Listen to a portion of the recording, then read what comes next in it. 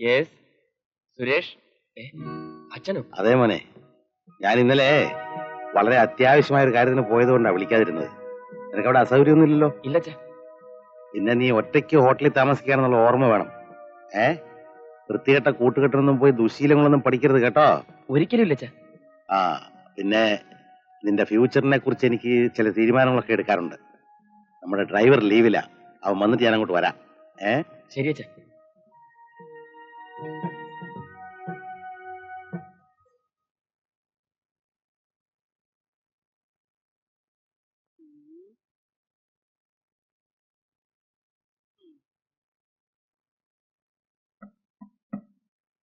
Yes, come in. Yes, come in. Yes, come in. Hello, yes, come in. Yes, come in, no? Hello. കുട്ടൻ ചേട്ടനോ? ഇതെങ്ങനെ കയറി വന്നു? അതൊരു വിധത്തിൽ എങ്ങനെ കയറി വന്നു? അയ്യോ, നീ ഇവിടെ സ്വർഗസുഖത്തിൽ അങ്ങനെ വിലസാണല്ലേ? പോക്കറ്റടിയും ജയിലിൽ പോക്കൊക്കെ മറന്നോടാ. ഒന്ന് പതുക്കെ പറ. എന്തിനാ പതുങ്ങുന്നത്? മുടിയനായ പുത്രൻ മേനോന്റെ പുത്രനാകാൻ ഐഡിയ വെച്ചെന്നത് ഞാനാ. അതൊന്നും ഞാൻ മറന്നിട്ടില്ല. ഞാൻ ബംഗ്ലാവിൽ ചെന്ന അന്ന് തന്നെ മേനോൻ എന്നെ ഇവിടെ കൊണ്ടുവന്നാക്കി. ഇടയ്ക്കിടയ്ക്ക് ഫോൺ ചെയ്യും. ഞാൻ ചേട്ടനെ അന്വേഷിച്ച് പുറത്തോട്ടിറങ്ങി പോലീസ് എന്നെ തപ്പിക്കൊണ്ടുപോയാ നമ്മുടെ പ്ലാനൊക്കെ പൊളിഞ്ഞ് പാളീസാവില്ലേ?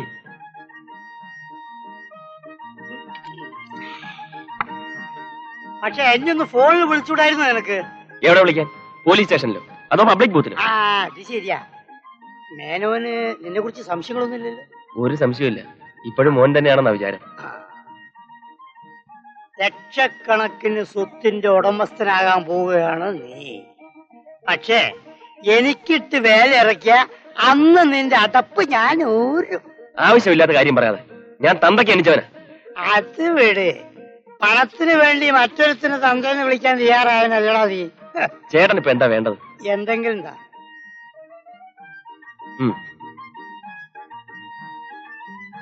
ഇത് തീരുമ്പം വീണ്ടും വരും കേട്ടാ.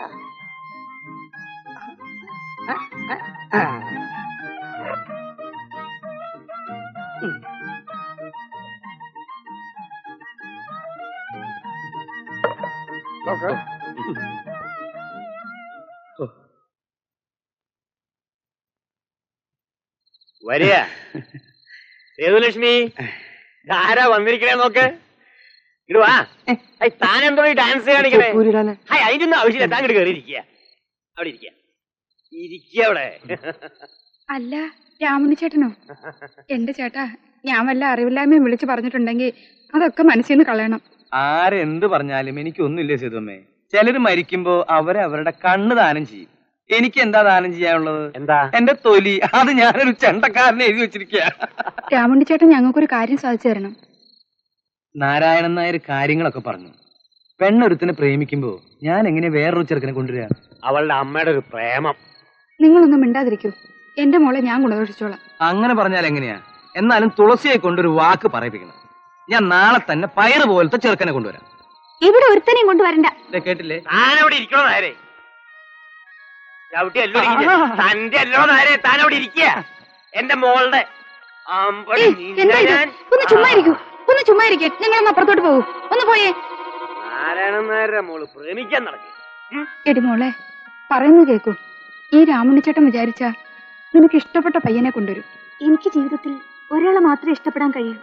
നീ ആ തെണ്ടിയുടെ നാമവും ജപിച്ചോണ്ടിരുന്നാലേ നരച്ചിരിക്കേ ഉള്ളൂ. തുളസി സ്നേഹിക്കുന്ന പയ്യനേതാ? ഇത് മേനോൻ സാറിന്റെ മോനല്ലേ സുരേഷ്? എന്റെ സുരേഷ് ഏട്ടനോ? നിന്റെ സുരേഷ് ഏട്ടനോ മറ്റവന്റെ സുരേഷ് ഏട്ടനോ ഒന്നും എനിക്കറിയില്ല. ഏതായാലും ഇത് സുരേഷാ. എന്റെ മോളെ, നീ ഭാഗ്യമുള്ളവളാ. അളിയൻ സമ്മതിക്കോ? മേനോനല്ലല്ലോ ഈ കുട്ടിയെ കെട്ടാൻ പോകുന്നത്. ഒക്കെ ശരിയാക്കി തരാം. പുറകെ സ്വത്തുക്കളും.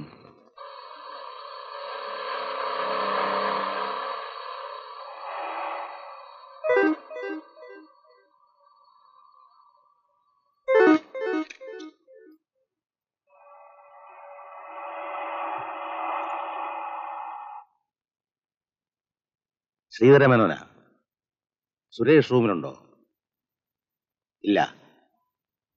എവിടെ പോയെന്നറിയോ? അവനങ്ങനെ പതിവായി പുറത്തു പോകാറുണ്ടോ? വരുമ്പോ എന്നെ ഒന്ന് വിളിക്കാൻ പറയണം. Thank you.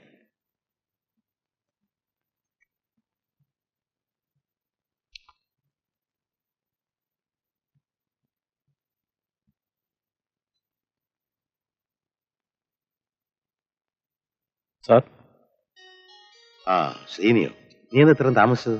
ഞാൻ വെല്ലൂരായിരുന്നു. അമ്മാവന്റെ ഓപ്പറേഷൻ കഴിഞ്ഞു. വിജയമാണ് സാർ. മൈ ഗോഡ്, എന്റെ മനപ്രയാസങ്ങൾക്കിടയ്ക്ക് അങ്ങനെ ഒരു നല്ല കാര്യം കേൾക്കാൻ സാധിച്ചല്ലോ. അമ്മാവനെ അടുത്ത ആഴ്ച കൊണ്ടുവരാമെന്നാ പറഞ്ഞിരിക്കുന്നത്. അപ്പോ ശ്രീനിക്ക് സന്തോഷമായല്ലോ അല്ലേ? അതെ സാർ, എല്ലാം സാറിന്റെ സന്മനസ് കൊണ്ട് നടന്നു. ഞങ്ങളുടെ കുടുംബം എന്നും സാറിന് കടപ്പെട്ടിരിക്കും. സന്തോഷം. നീ ഇവിടെ ഇല്ലാഞ്ഞോണ്ടാ സുരേഷിനെ കൂട്ടിക്കൊണ്ടുവരാഞ്ഞത്. സ്വസ്ഥതയില്ലാതെ ഞാൻ വണ്ടി ഓടിച്ച അപകടമാണ്. ഞാൻ വിളിച്ചോണ്ട് വരാം സാർ. വരട്ടെ, ഞാൻ കൂടെ വരാം. ഹോട്ടലിൽ അവനെ കുറിച്ച് ഒരു ചെറിയ എൻക്വയറി നടത്താനുണ്ട്. അതെന്താ സാർ? പുറത്തെങ്ങും പോരുത് ഞാനോട് പ്രത്യേകിച്ച് പറഞ്ഞിരുന്ന. വഴിതെറ്റി പോകാവുന്ന പ്രായമല്ലേ.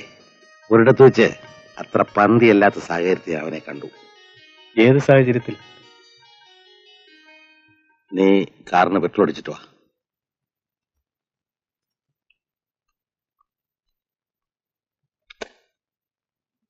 വിശേഷമൊന്നുമില്ല മോനെ.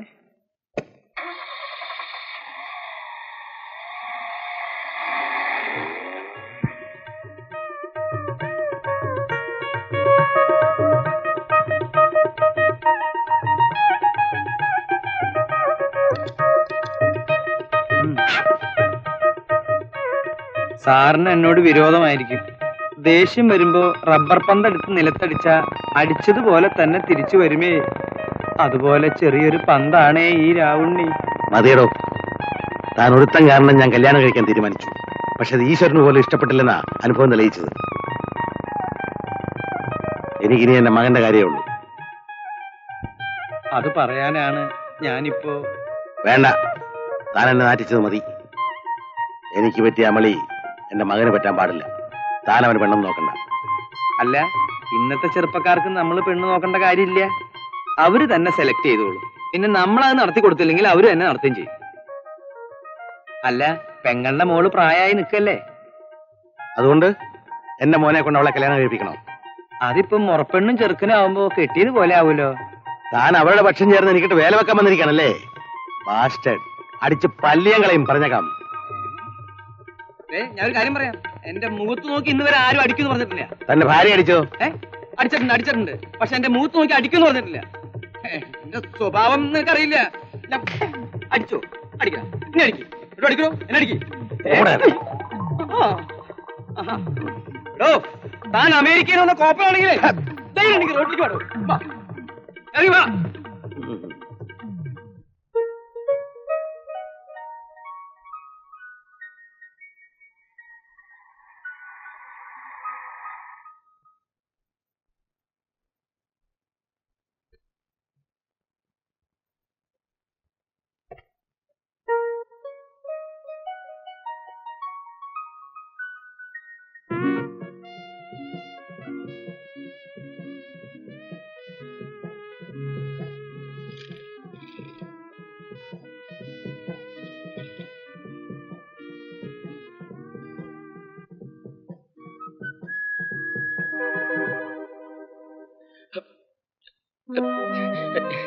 അച്ഛനാ, ഇപ്പൊ എന്തോ ചെയ്യും?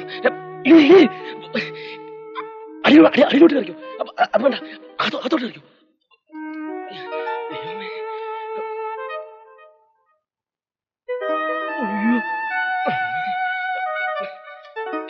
ഇതിനകത്ത് വെച്ചോ.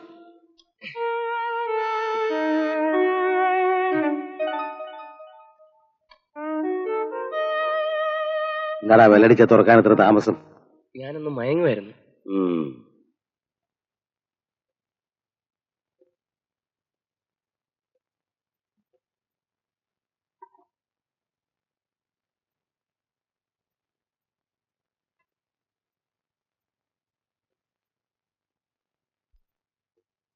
നിനക്കെന്താ ഒരു പരിഭ്രമം?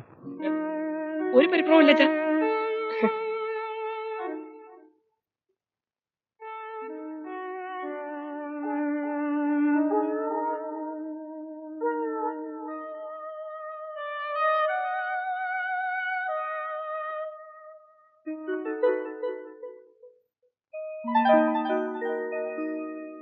നീ ഇവിടുന്ന് പുറത്തു പോകാറുണ്ടോ?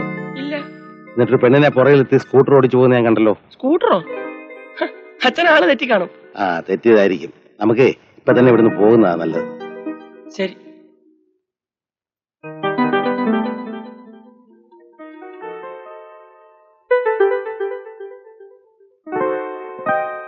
നീ കുടിക്കാനും തുടങ്ങിയോ?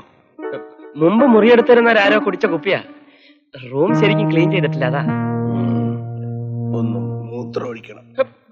മൂത്രം ഒഴിക്കാനോ? ആ, ഇപ്പൊ തന്നെ വേണോ? ആ വേണം. എന്താണ് ഒരു ബബ്ബ? ബാത്റൂം ശരിക്കും ക്ലീൻ ചെയ്തിട്ടില്ല. അത് സാരമില്ല. ഒന്ന് മൂത്രം ഒഴിക്കാൻ ബാത്റൂം ക്ലീൻ ചെയ്യണം.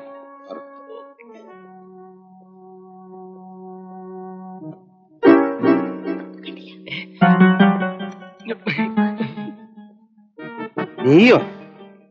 അച്ഛാ, ഞാനും തുളസിയുമായി. ശരം. തുളസി എന്നെ മുറപ്പണല്ലേ അച്ഛാ?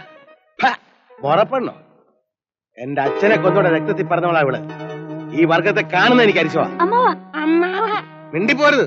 നിന്റെ അച്ഛനും അമ്മയും കൂടി ഇവനെ വീശി പിടിക്കാൻ നിന്നെ കൊണ്ട് പറഞ്ഞു വിട്ടിരിക്കല്ലടി. ഇറങ്ങി പുറത്ത്. ഞാൻ എന്ത് പറയാനാണ് അച്ഛാ? എന്നാ ഞാൻ പറയാം. നീ തുളസിയെ മറക്കണം. എന്നിട്ട് ഞാൻ നിശ്ചയിക്കുന്ന പെൺകുട്ടിയെ വിവാഹം ചെയ്യണം. അച്ഛാ, അമ്മാവനോടും അപ്പച്ചിയോടുള്ള വിരോധം എന്തിനാ പാവം തുളസിയോട് കാണിക്കുന്നത്? മൂർഖമ്പാമ്പിന്റെ മുട്ടയെന്ന് മൊയലിന്റെ കുഞ്ഞുങ്ങൾ വിരിയാറില്ല. എനിക്ക് തുളസിയെ മറക്കാനാവില്ല. നിന്റെ പേരിൽ എന്റെ സ്വത്തുക്കളും ഉടനെ എഴുതി വെക്കുന്ന കാര്യത്തെക്കുറിച്ച് സംസാരിക്കാൻ ഞാൻ വക്കീലിനെ കാണാൻ പോവുകയാണ്. പറയുന്ന അനുസരിച്ചില്ലെങ്കിൽ വിൽപത്രം ഞാൻ രജിസ്റ്റർ ചെയ്യില്ല. വന്നെത്തിയ മകനെ സ്വീകരിച്ച പോലെ ഉപേക്ഷിക്കാനും എനിക്കറിയാം. അച്ഛാ, എല്ലാം ഞാൻ അനാഥാലയത്തിന് കൊടുക്കൂടാ. എന്നിട്ട് തീർത്ഥാടനത്തിന് പോവും. വേണ്ട അച്ഛാ. എന്നാ എന്നെ അനുസരിക്കുവോ? അനുസരിക്കാം.